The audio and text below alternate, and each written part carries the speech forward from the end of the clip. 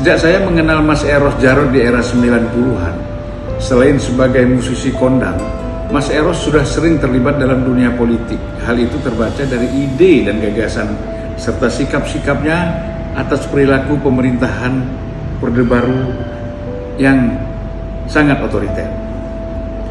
Pada tahun 1990-an, dialog dan diskusi saya dengan Mas Eros semakin intens saat Mas Eros merencanakan lahirnya tabloid Detik sebagai tabloid politik pertama di tanah air dengan dukungan Gus Dur, Cak Nun, dan kawan-kawan muda seperti Saifullah Yusuf, Muhammad Thorik, dan Najib Askar dari Gajah Mada.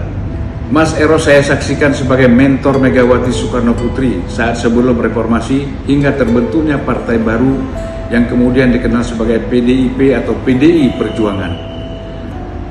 Mas Eros sering melibatkan saya bertemu dan berdialog dengan Megawati saat sebelum pelaksanaan kongres pertama PDIP di Bali. Setelah kongres, Mas Eros mengajak saya untuk mencari caleg-caleg potensial dari kalangan aktivis, kaum intelektual, para pengusaha untuk ikut sebagai caleg. Banyak sekali pada saat itu aktivis, kemudian para pengusaha seperti Arifin Panegoro, termasuk di dalamnya ada Pramono Anung, itu didukung oleh Mas Eros, disampaikan langsung kepada Mbak Mega agar ini dicalonkan sebagai caleg. Hubungan Mas Eros dengan Megawati masih dekat hingga Megawati menjabat sebagai wakil presiden. Saat Megawati menjabat sebagai presiden, pertemuan Mega dan Eros mulai jarang karena Eros merasa di lingkungan istana.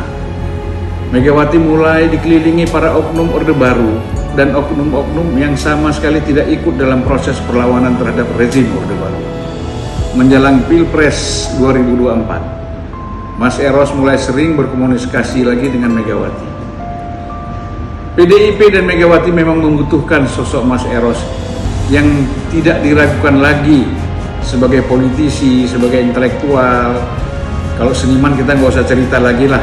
Kritik saya pada Mas Eros adalah kadang-kadang Mas Eros agak cepat emosional bila berhadapan dan berdialog dengan pihak-pihak yang sok ngerti politik, yang kadang-kadang pendapat-pendapat dan pikirannya ngawur. Selamatlah buat Mas Eros, insya Allah Mas Eros selalu dianugerahi kesehatan dan kesuksesan